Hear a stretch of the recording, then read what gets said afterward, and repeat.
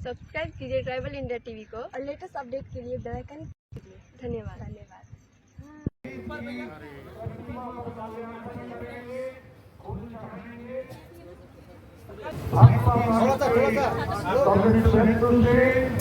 हमारे और भी संगठन और विभिन्न दलों के नेता हैं, उन लोग के पिताजी ललित मुंडा जी, उनकी मां छोटन देवी जी, उनकी स्त्री कीर्ति जी, उनका छोटा बेटा, उनकी परिवारजन जो सब हिम्मत करके यहाँ आए हैं, और इस शोक सभा में उपस्थित मेरे बहुत ही प्रिय बहनों और भाई, दिल और मन दुख से भरा हुआ है। दुख भी है,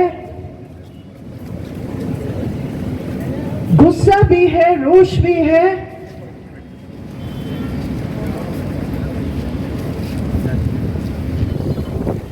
आज जब हम शहीद सुभाष मुंडा के बारे में शोक प्रस्ताव में 2 मिनट मौन के लिए खड़े हुए, मैं सोच रही थी कि कभी हम कल्पना नहीं कर सकते थे कि ऐसे कभी हो सकता है कि 34 साल का उभरता हुआ जुझारू आदिवासी युवा नेता भैया हाथ पीछे कीजिए ना, इस प्रकार की बर्बर हत्या के एक शिकार बनेंगे। जब हम उनके घर गए, उनकी पिताजी, माताजी, उनकी स्त्री से मैं मिली,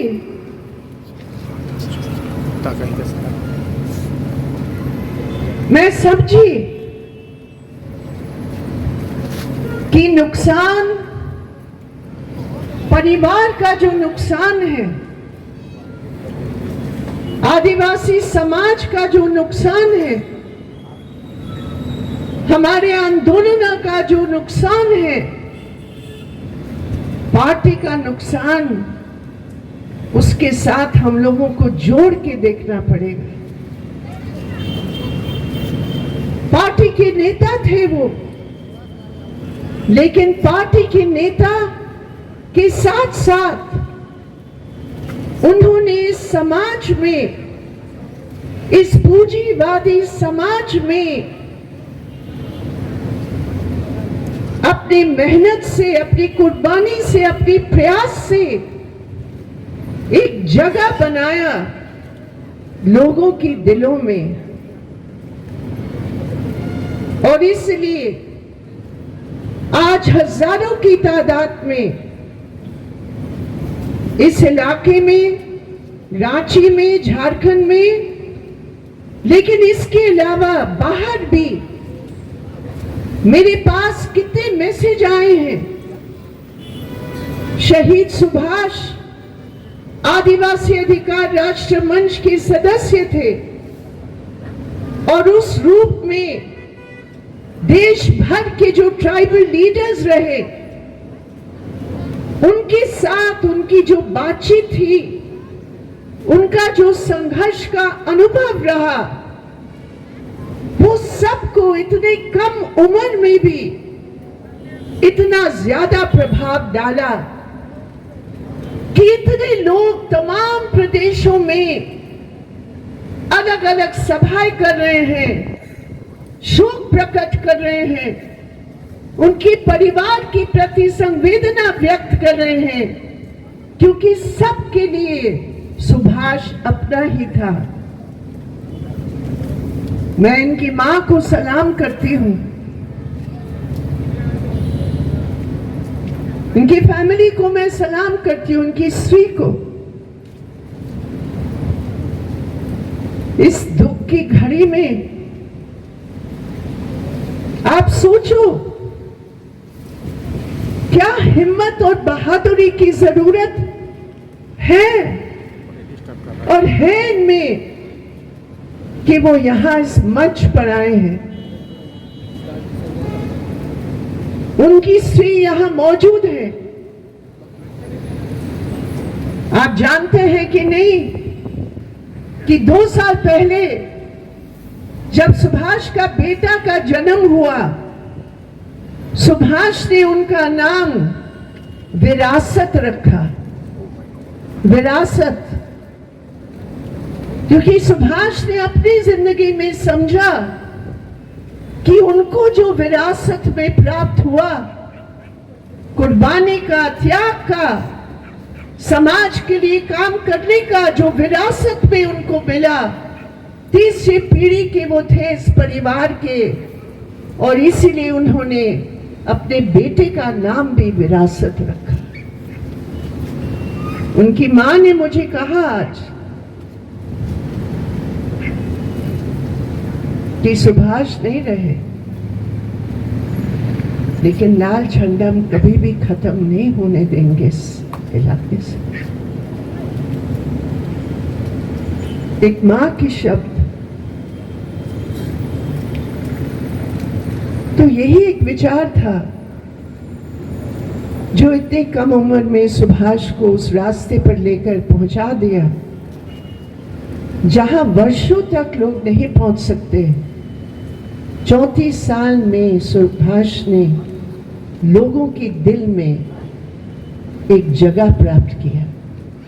यहाँ हमारे इतने बहनें हैं, मुझे याद है इस इलाके में सुरेश भी उस समय वो प्रमुख नहीं थे, लेकिन उस समय कार्यकर्ता के रूप में ये सब एक साथ मिलकर लगे थे। और जो यहाँ पहला जुलूस था जिसमें मैं शामिल हुई, बहुत साल पहले की बात है, वो जुलूस था राशन के संबंध में। और उस समय विशेषकर महिलाओं की दिक्कत को देखकर, क्योंकि राशन घर में न होने के कारण महिलाओं को ही इस पुरुष प्रधान समाज में सारा बोझ उठाना पड़ता है, तो सुभाष और सुरेश एक साथ मिलकर उस बड़ा जुलूस निकाल के उस बीडीओ के दफ्तर का घेराव किया। मुझे याद है, मैं उस समय पहले बार मैंने देखा कि इस इलाके में महिलाओं की हिस्सेदारी कितनी बढ़ चढ़ के हुई। आदिवासियों के मुद्दे, आज जब देश भर में आदिवासियों के ऊपर एक जबरदस्त हमला है, कानून पारित हो रहे हैं, संविधान की प्रावधान पर बुलडोजर चल रहा है, ऐसे समय सुभाष ने आदिवासी मंच के साथ मिलकर पार्टी की समझ के आधार पर वो मुद्दे उठाए। हम लोग कुछ महीने पहले जब द्रौपदी मुर्मू जी राष्ट्रपति बने, तो आदिवासी मंच की ओर से हम लोग गए उनसे मिलने के लिए राष्ट्रपति भवन में। और मैंने देखा जब सुभाष का हमने परिचय दिया, तो मैडम राष्ट्रपति ने पूछा, तुम झारखंड के मुंडा हो? उन्होंने कहा, हाँ मैडम, मैं झारखंड का ही हूं। और फिर उन्होंने राष्ट्रपति जी को धन्यवाद भी दिया कि जब पूरे झारखंड के आदिवासी संघर्ष पर उतरे थे, सीएनटी एक्ट के संशोधन के खिलाफ, एसपीटी एक्ट के संशोधन के खिलाफ, उन्होंने उनको याद दिलाया कि आपने वो कानून का ड्राफ्ट गवर्नर हाउस से पारित नहीं किया। आज भी आपको उस रूप में लोग याद करते हैं। और फिर सुभाष ने कहा, और मैं उम्मीद करता हूं कि अब तो आप राष्ट्र के राष्ट्रपति हैं, उसी तरह आदिवासियों के अधिकारों के लिए आप अपने पद का इस्तेमाल करके आप लड़ोगे।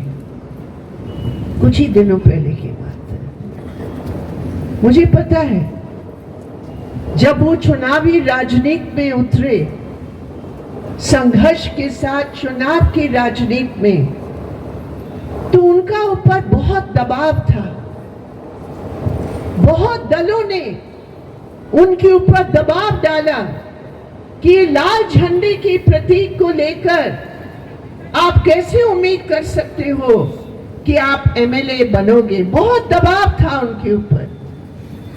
बहुत लोगों ने कहा कि आप हमारी पार्टी में आकर शरीक हो जाओ, हमारे साथ जुड़ जाओ। लेकिन जैसे उनकी मां के शब्द है कि हम कभी भी इस लाल झंडे को छोड़ नहीं सकते हैं, इस असूल को छोड़ नहीं सकते हैं, उस सिद्धांत को छोड़ नहीं सकते हैं, वही सुभाष के दिल में था। और ये हकीकत ये है कि उस संघर्ष के आधार पर उन्होंने आप सबके घर के सदस्य के रूप में आप उसको माने हैं। नेता है, भाई है, आपका बेटा है, उसी रूप में आप लोग उसको माने हैं। और कभी भी आदिवासियों के सवाल पर सुभाष मुंडा कभी पीछे नहीं हटे। और जो आखिरी उनका संघर्ष था, वीर बुद्ध भगत की जमीन को जो लोग एकलव्य स्कूल के नाम पर हड़पने का प्रयास कर रहे थे, जो कुछ राजनीतिक लोग भी उसमें शामिल थे, वो सब के खिलाफ एक बड़ा आंदोलन करके सुभाष की एक समझ थी कि आदिवासियों की मौजूदा स्थिति को अगर हमें बदलना है तो आदिवासियों के इतिहास की जो नायक और नायिका थी, उनका याद हमें हमेशा ताजा रखना पड़ेगा। तभी जब हम अतीत को सही समझेंगे, तभी हम भविष्य के रास्ते को भी सही समझेंगे। और इसीलिए वर्ग संघर्ष के साथ आदिवासियों की अधिकारों की रक्षा की लड़ाई, जनवादी अधिकारों की सुरक्षा की लड़ाई, वो सबको एक साथ मिलाकर सुभाष ने अपनी जिंदगी व्यतीत की। हम क्या कहें कि हमारी पार्टी के लिए, हमारे साथियों के लिए उसका न रहना बहुत एक मुश्किल परिस्थिति पैदा कर दी है। यहाँ उनके साथी हैं, उनके भाई हैं, उनके परिवार हैं, उनके कॉमरेड्स हैं, आदिवासी संगठन, सामाजिक कार्यकर्ता, आप सब आए हैं उनको श्रद्धांजलि देने के लिए। मेरे प्रिय साथियों, इस दुख को हमें बदल के शपथ के रूप में हमें आगे लेकर जाना है। वही है सुभाष मुंडा की सही श्रद्धांजलि। ये कोई राजनीतिक मंच के रूप में हम नहीं रखते हैं, लेकिन हाँ, मुझे एक बात जरूर कहना है। मुझे खेद है इस बात की कि राजधानी में जहां विधानसभा का सत्र चल रहा है, इस प्रकार की घटना घटती है, लेकिन पुलिस तब तक सामने नहीं आई जब तक यहां की जनता ने आक्रोश प्रकट करके जाम नहीं किया, तब तक पुलिस की कोई कार्रवाई नहीं दिखा। जब साथियों ने अपना रोष प्रकट किया और कहा कि हम यहां से हटेंगे नहीं जब तक आप ऐलान नहीं करोगे कि स्पेशल एसआईटी और इन्वेस्टिगेशन की, जब तक समय के अंदर आप एक्शन एक्शन नहीं लेंगे, अब यहां से हटेंगे नहीं। उसके बाद सारे बड़े पुलिस ऑफिसर्स आकर उन्होंने यहां आश्वासन दिया कि हम एक एसआईटी बनाएंगे और हम सही तरीके से जांच करेंगे। कल हमारे साथी सुभाष जी के माता पिता के साथ हमारे सीसी मेंबर और राज्य सचिव गए वहां डीजीपी से मिलने। एक बार फिर डीजीपी ने आश्वासन दिया कि हम पूरे तौर पर इसके पीछे क्या साजिश है, हम उसका पोल खोलकर हम गिरफ्तारी बहुत जल्दी करेंगे। ये उन्होंने कल आश्वासन दिया। आज पता चला कि एक को गिरफ्तार किया, पूछताछ कर रहे, क्या कर रहे इसकी हमारे पास विवरण नहीं है। लेकिन मैं कहना चाहती हूं इस पर कोई समझौता नहीं होगा, इस पर कोई पीछे हटने वाला नहीं है। हम साफ शब्दों में कहते हैं पुलिस को, ये लॉ एंड ऑर्डर का सवाल है। हम बीजेपी के खिलाफ लड़े, उसमें एक बहुत बड़ा मुद्दा था लॉ एंड ऑर्डर का, अपराधियों का, बोलबाला का, माफिया का, जमीन का, लूट का। यहां मास्टर प्लान के आधार पर रिंग रोड बना है, इस पर ये जमीन की कीमत कितनी बढ़ रही है, और जितनी जमीन की कीमत बढ़ रही है उतने लूटने वाले यहां आए हैं, अपराधी यहां आए हैं आदिवासियों की जमीन की लूट के लिए, जिसके रास्ते में सुभाष मुंडा बाधक के रूप में खड़ा था। और कौन सी और राजनीतिक शक्तियां या कौन है इसमें हम नहीं कह सकते हैं, लेकिन हम पुलिस को जरूर ये कहेंगे। हमारे साथी ने कहा हमारा भरोसा एसआईटी पर बिल्कुल है, लेकिन हम भरोसे के साथ ये चेतावनी भी देते हैं कि जल्द से जल्द समय के अंदर आप इस केस की पूरी ताकत लगाकर आप जांच करके गिरफ्तार कीजिए और उनको सजा दिलाइए। तभी हम सोचते हैं कि सुभाष मुंडा की जो शहादत हुई है उस पर हमारी जो सजा की जो डिमांड है वो पूरा होगा। और मैं एक और बात कहना चाहती हूँ बहुत खेद के साथ, और वो ये है हमारे जेएमएम के साथी आए हैं, कांग्रेस के साथी आए, बीजेपी के भी साथी आए थे। हमारे लेफ्ट के तो हमेशा हमारे साथ कंधा से कंधा मिलाकर चलते हैं। हमारे दयामणि बरला, हमारे आदिवासी संगठन, वो सब आए हैं। सुभाष जी के घर पर, सुभाष जी के माता पिता से मिलने के लिए सब गए हैं। लेकिन मुझे खेद है कि मुख्यमंत्री जी ने एक शब्द नहीं बोले। आपके राज्य में एक 34 साल का आदिवासी युवा लीडर की बर्बर हत्या होती है इस प्रदेश की राजधानी में, और आप एक शब्द नहीं बोलते हैं, आप कोई आश्वासन नहीं देते हैं कि आप जल्दी से जल्दी सजा दिलवाएंगे। हम उम्मीद करते हैं कि ये जो अभाव है, हमारे जेएमएम के साथी जो यहाँ आए हैं, मैं शुक्रिया अदा करती हूँ उनको। मैं उम्मीद करती हूँ कि आप सबका ये शोक और आप सबकी ये मांग मुख्यमंत्री तक पहुंचाया जाएगा। मैं एक बार फिर सुभाष मुंडा के परिवारजनों को उनकी हिम्मत के लिए मैं सलाम करती हूँ।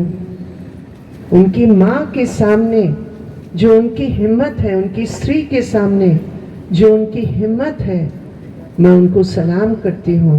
मैं कहना चाहती हूँ, इस दुख की घड़ी में हम लोग सब एक साथ हैं।